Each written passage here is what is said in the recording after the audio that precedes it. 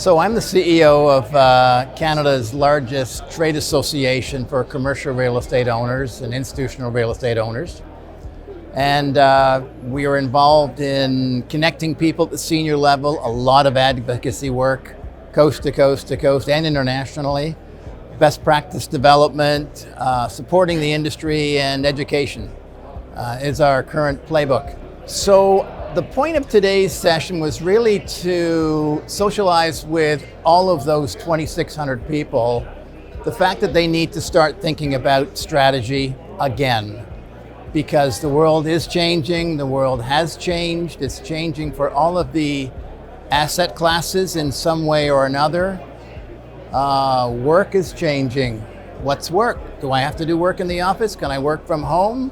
Okay, well then how is office going to need to change? So there's so many transformational changes on the horizon. We need to think about strategy. And so the Perspective Survey was reflecting back on them what 38 of the CEOs of the largest companies in Canada think about the future and what the priority is. Highlights: ESG continues to be critically important, although people see it as a regulatory burden.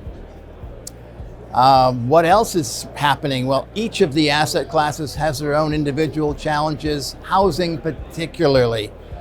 Picked to be the best performing asset class, but as a country, affordable housing is one of our biggest challenges going forward. So those are two highlights amongst many for the morning.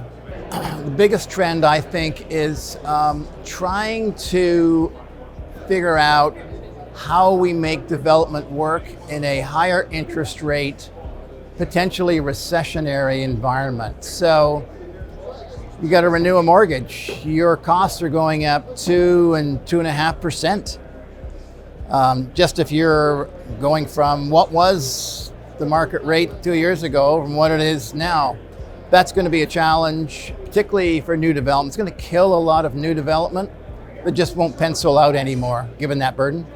I think another thing to watch in 2023 is where does return to work settle out and the need for flexibility. If there's a recession, does that mean that the employers have the upper hand and can force people back to the office when they really don't want to be there 3 or 4 days a week? To be determined. Well, I think this is a process issue more than an outcome issue. You have got to continue to learn and think about your environment. I just find there's a fog. There's a fog out there about when this is going to change for the better. The Economist this morning suggested that supply chain woes were starting to go away. I think for a lot of the population, they'll believe it when they see it. But wage expectations, I think, are going to be high. People are going to be looking for a significant raise in January, February. They're going to say, well, look, inflation's at 7%. Why don't I get that for my wage increase? That in itself is inflationary. So that will be a challenge as well to look out for. I just think the industry needs to continue to be adaptable. I think we have great leadership. There has been literally no business failures through the past 3 years during the pandemic in Canada of any size, and certainly not amongst our members. So what I think is the strength is that the industry is in good hands. It's in strong hands, so they could weather the storm. But having said that, there'll be a lot of people who are paying more in interest than they were before, so they have to be adaptable.